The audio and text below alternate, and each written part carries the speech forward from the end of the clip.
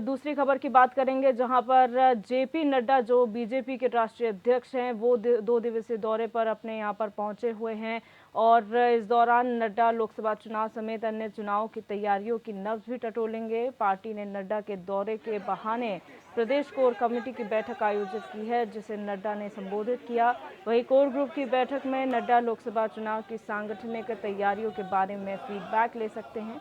Party ने जो है वो हारी हुई 23 विधानसभा सीटों की जिम्मेदारी सांसदों को सौंपी है। नड्डा हर विधानसभा में 10,000 नए वोटर बनाने के अभियान की प्रगति के बारे में भी जानकारी ले सकते हैं। बैठक में बागेश्वर उपचुनाव के अलावा निकाय चुनाव और सहकारिता चुनाव पर भी चर्चा हो सकती है।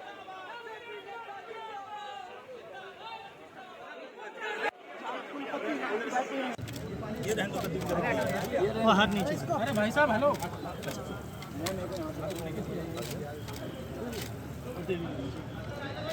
और ये सर के द्वारा ये किया गया था। कौन पीछे कर भाई को भाई। तो आपको बता दें कि यहाँ पर बीजेपी के राष्ट्रीय अध्यक्ष जेपी नड्डा अपने 1 दिवसीय दौरे पर हरिद्वार पहुंचे, जहां तमाम कार्यक्रम आयोजित किए गए हैं। एक बैठक आयोजित की गई है। ये सभी चीज़ें जो हो रही हैं वो आगामी लोकसभा चुनाव के मद्देनज़र हो रही हैं। इसमें अन्य विषयों पर भी चर्चा की जा रही है, सिर्फ 2024 ही चर्चा का विषय नहीं है। इसमें बागेश्वर उपचुनाव जो होने हैं उसको लेकर चर्चा की जा रही है। भारतीय जनता पार्टी का जो नए वोटर बनाने का अभियान है उसकी भी जानकारी नड्डा ले सकते हैं और तमाम कार्यकर्ताओं को यहाँ पर जीत का मंत्र वो देंगे। साथ ही साथ आपको बता दें कि जो 23 विधानसभा सीटें 2022 के चुनाव में हारी थी भारतीय जनता पार्टी, उसे किस तरीके से जीता जाए उसकी जिम्मेदारी सांसदों को सौंपी गई है।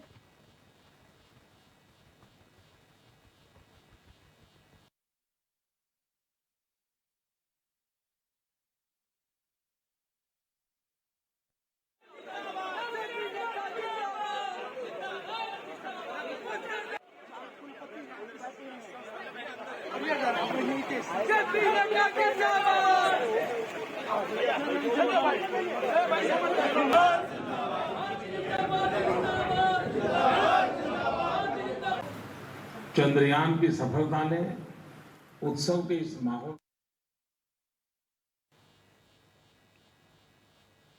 और इसी खबर पर हमारे संवाददाता मनोज कश्यप हरिद्वार से हमारे साथ लाइव जुड़ चुके हैं। मनोज, आज जेपी नड्डा जो है हरिद्वार पहुंचे हैं, क्या कार्यक्रम उनके यहाँ पर प्रस्तावित है, कितने कार्यक्रमों में वो भाग ले चुके हैं? बिल्कुल देखिए दिव्या, भारतीय जनता पार्टी की जो राष्ट्रीय अध्यक्ष जेपी नड्डा आज वो हरिद्वार दौरे पे है। 1 दिवसीय हरिद्वार दौरा जेपी नड्डा का रहने वाला है। हालांकि हरिद्वार के अंदर विभिन्न पहले जो जेपी नड्डा थे वो देहरादून की जोलीगढ़ एयरपोर्ट पे पहुंचे, जहां मुख्यमंत्री पुष्कर सिंह धामी ने उनका जोरदार स्वागत किया। तमाम भारतीय जनता पार्टी के जो दिग्गज नेता है वो भी इस दौरान शामिल हुए। आज जो जेपी नड्डा का यहाँ पे 1 दिवसीय दौरा रहने वाला था वो बड़ा ही खास था, क्योंकि हमने देखे कि लोकसभा चुनाव से पहले ये पहला दौरा उनका यहाँ पे होने वाले लोकसभा चुनाव 2024 को में होने, और कहीं ना कहीं जिस तरीके से देखा जा सकता है कि भारतीय जनता पार्टी ने अब अपने जो दिग्गज नेता है, जो यहाँ पे हम स्टार प्रचारक कह सकते हैं, वो अब कहीं ना कहीं मैदान में उतार दिए, उत्तराखंड में उनको भेजना शुरू कर दिया। क्योंकि हमने देखे कि आज जो विभिन्न कार्यक्रम होने थे यहाँ पे, सबसे पहले जेपी नड्डा का कार्यक्रम था यहाँ पे, मन की बात, देश के प्रधानमंत्री नरेंद्र मोदी का कार्यक्रम, मन की बात को सुनने का कार्यक्रम रखा गया था। 174 बूथ के साथ में आज वो तमाम जो नगर जो विधायक थे, जो स्थानीय विधायक थे, जो साथ ही साथ जो भाजपा के दिग्गज नेता थे, मुख्यमंत्री पुष्कर सिंह धामी थे, और यहाँ पे तमाम दिग्गज नेता शामिल हुए, मन की बात को सुना। उससे अलग यहाँ पे एक कार्यक्रम रखा गया था जो अब यहाँ पे इसके बाद एक बोर्ड बैठक होनी तय की गई। दिव्या, हमने देखा कि लगातार कहीं न कहीं जिस तरीके की ये कोर कमेटी की बोर्ड बैठक आज उत्तराखंड के साथ में होनी थी, यहाँ पे जेपी नड्डा ने इस बैठक, अभी कुछ ही समय के बाद ये बैठक शुरू हो जाएगी। बैठक में कहीं न कहीं लोकसभा चुनाव के जो जीत का जो मूल मंत्र है वो यहाँ पे जेपी नड्डा देखे जाएंगे। हमने देखा कि लगातार जिस तरीके से जो 5 लोकसभा सीट है उस पे भारतीय जनता पार्टी ने जीत हासिल की थी, तो कहीं न कहीं उन्हीं 5 सीटों पे इस बार भी जीत हासिल भारतीय जनता पार्टी करना चाहती है। किस तरीके से यहाँ पे जीत मिल पाएगी वो आज मंत्र यहाँ पे जेपी नड्डा भारतीय जनता पार्टी को देके जाएंगे। उसके बाद यहाँ पे गंगा आरती के समय पे जो राष्ट्रीय अध्यक्ष जेपी नड्डा वो गंगा आरती में शामिल होंगे, मां गंगा का आशीर्वाद लेंगे, पूजा पाठ भी करेंगे, जिसको लेके यहाँ पे कई दिन पहले से तैयारियां चल रही। तो तमाम तैयारियां उनके आने से पहले यहाँ पे पूरी कर ली गई थी। जी मनोज, बहुत शुक्रिया हमारे साथ जुड़ने के लिए और तमाम जानकारी साझा करने के लिए। हमारे साथ भारतीय जनता पार्टी के प्रदेश प्रवक्ता नवीन ठाकुर फोन लाइन पर जुड़ चुके हैं। सर, बहुत स्वागत है आपका CNN 24/7 में। नमस्कार। नवीन जी, भारतीय जनता पार्टी के राष्ट्रीय अध्यक्ष जेपी नड्डा उत्तराखंड के दौरे पर है, क्या कार्यक्रम उनके रहने वाले हैं और किस तरीके से इसे चुनाव के मद्देनजर आप देख रहे हैं इस दौरे को?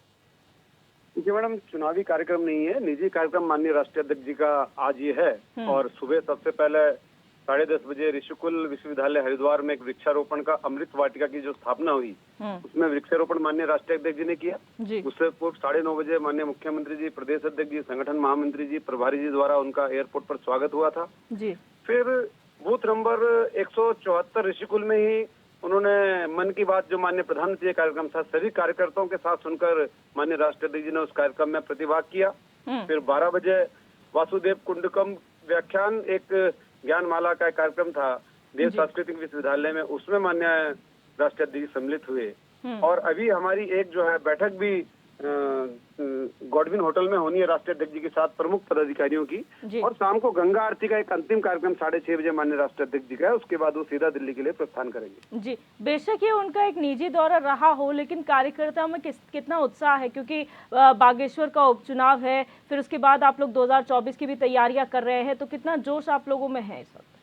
देखिए, किसी भी पार्टी का राष्ट्रीय अध्यक्ष जाता है तो निश्चित तौर पर कार्यकर्ता उत्साहित होते ही हैं। और भारतीय जनता पार्टी का राष्ट्रीय अध्यक्ष है, भारतीय जनता पार्टी के प्रत्येक कार्यकर्ता पदाधिकारी उत्साहित हैं। और आप देखिए 2-3 दिन से जैसे ही पता लगा था, सब कार्यकर्ता स्वागत के लिए आतुर थे। एयरपोर्ट से लेकर और गायत्री विश्वविद्यालय तक इस प्रकार कार्यकर्ताओं ने जगह जगह माननीय राष्ट्रीय अध्यक्ष का स्वागत किया। और हर कार्यक्रम में जो है कार्यकर्ता बहुत उत्साहित हैं, बढ़ चढ़कर जो है उन्होंने प्रतिभाग किया। जबकि कोई ऐसा राजनीतिक बड़ा कार्यक्रम नहीं था, लेकिन उसके बावजूद जो है कार्यकर्ताओं में उत्साह है कि हमारे राष्ट्रीय अध्यक्ष एक दिन के लिए ही सही आज जो है हरिद्वार आए। बिल्कुल, बहुत शुक्रिया नवीन जी हमारे साथ जुड़ने के लिए और अपनी बात रखने के लिए। तो कहीं ना कहीं यहाँ पर कहा जा रहा है कि बीजेपी राष्ट्रीय अध्यक्ष का ये निजी दौरा है, लेकिन अगर पार्टी कार्यकर्ताओं और नेताओं की बात की जाए तो कहीं ना कहीं एक उत्साह भी उनमें है, क्योंकि चुनाव से पहले अगर राष्ट्रीय नेतृत्व आता है तो कहीं ना कहीं जोश और उत्साह जरूर देखा जाता है। हमारे साथ कांग्रेस प्रवक्ता संदीप चमोली भी फोन लाइन पर जुड़ चुके हैं। संदीप जी, बहुत स्वागत है आपका HNN 24/7 में। बहुत बहुत धन्यवाद आपका। संदीप जी, कांग्रेस की बात की जाए, आप लोग चुनाव की तैयारी में जुटे हुए हैं, इसी बीच बीजेपी के राष्ट्रीय अध्यक्ष जेपी नड्डा उत्तराखंड आए हुए हैं, क्या कहेंगे, किस तरीके से आप इस दौरे को देख रहे हैं? बीजेपी के जेपी नड्डा राष्ट्रीय अध्यक्ष वर्तमान समय में उत्तराखंड आए हैं, उनका स्वागत है, अच्छा है। राज्य हमारे राज्य में आए, हम भी उनका स्वागत करते हैं। लेकिन साथ ही साथ ये बात भाजपा ना कहे कि ये उनका निजी दौरा है, क्योंकि निजी दौरा जिस व्यक्ति का होता है उस दौरे में, वो निजी दौरे में सिर्फ निजी लोगों से मिलता है जिनका राजनीति से कोई मतलब नहीं होता। इस दौरे में आप देख रहे हो पूरे प्रदेश के भाजपा के नेतागण, विधायक, मंत्री, मुख्यमंत्री सब वहाँ मौजूद हैं। तो ये कहीं से दूर दूर तक इनका निजी दौरा नहीं हो सकता। दूसरी बात, अगर आए हैं तो एक राज्य के वासी होने के नाते मैं उनसे आग्रह करता हूँ कि इस राज्य के मुख्यमंत्री को वो सद्बुद्धि देके जाएं और उन्हें ये निर्देशित करके जाएं कि अंकिता प्रकरण हो, बेरोजगारी प्रकरण हो, नौकरी बेचने का प्रकरण हो, या जितने बड़े बड़े घोटाले इस राज्य में हो रहे, जितने सारे प्रकरण इस राज्य में है, वो इस राज्य में इस प्रदेश के मुख्यमंत्री को एक फैसले लेने की जो ताकत पहले दिन से उनके अंदर नहीं दिखती है, वो देने का काम करें।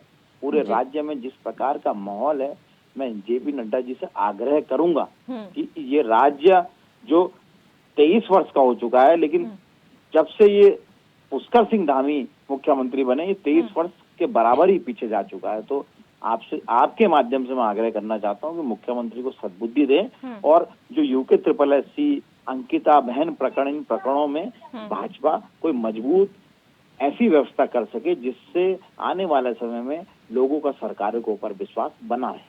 बिल्कुल। एक अगर बात करें इसको बागेश्वर उपचुनाव से जोड़कर अगर देखें तो कांग्रेस तो अपनी तैयारी कर रही है, लेकिन क्या आप मानते हैं कि जेपी नड्डा के आने के बाद कहीं न कहीं इस पर भी असर पड़ेगा जो चुनाव प्रचार वहां चल रहा है?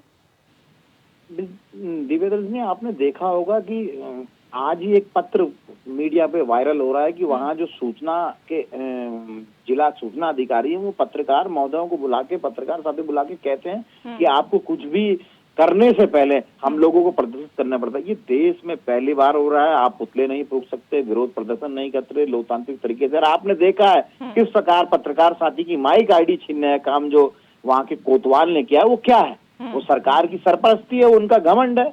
वो ये बता रहे हैं कि भैया मैं भी भाजपा के लिए यहाँ काम कर रहा हूँ। तो पूर्ण रूप से भाजपा अपनी सत्ता शासन का गलत प्रयोग बागेश्वर में कर रही है। लेकिन बागेश्वर की जनता समझ चुकी है कि हमें किस प्रकार जवाब देना है। तो आने वाले मतदान दिवस के दिन बागेश्वर की जनता कांग्रेस को अपना आशीर्वाद और मत देगी और निश्चितता ये भाजपा की तानाशाही सरकार है, इसको भगाने का काम करेगी। बिल्कुल संदीप जी, बहुत शुक्रिया हमारे साथ जुड़ने के लिए और अपनी बात रखने के लिए।